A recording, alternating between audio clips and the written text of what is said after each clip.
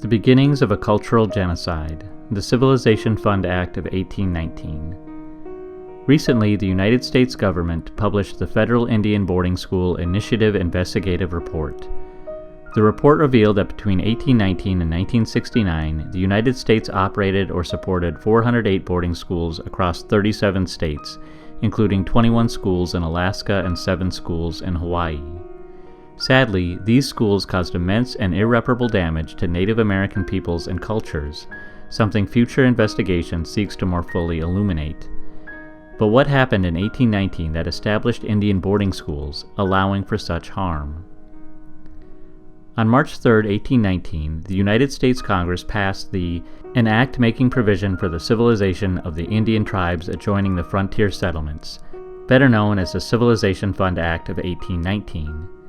Its purpose was to provide against the further decline and final extinction of the Indian tribes by supporting religious mission schools in Native communities.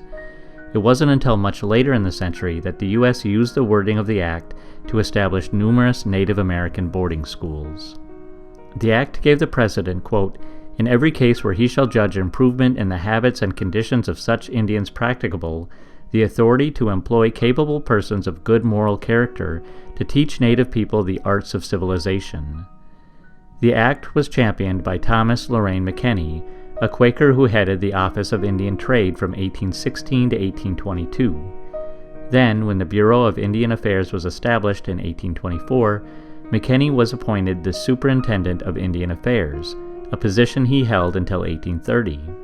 During his time as superintendent, McKenney advocated for the American Indian Civilization Program, and he was in favor of removing Native people to areas west of the Mississippi River. From 1819 to 1830, 52 federally funded Indian schools were opened. These schools were primarily designed to promote religious conversion to Christianity, but they also sought to remove the cultural ties of Native children and to assimilate them into white Euro-American society. This form of cultural genocide continued for more than 150 years and was made all the more damning after the establishment of the Carlisle Indian Industrial School in 1879, whose motto was, "Kill the Indian, save the man." Today, Native people are still grappling with the suffering, trauma, and loss of cultural genocide, while the United States is confronting its legacy.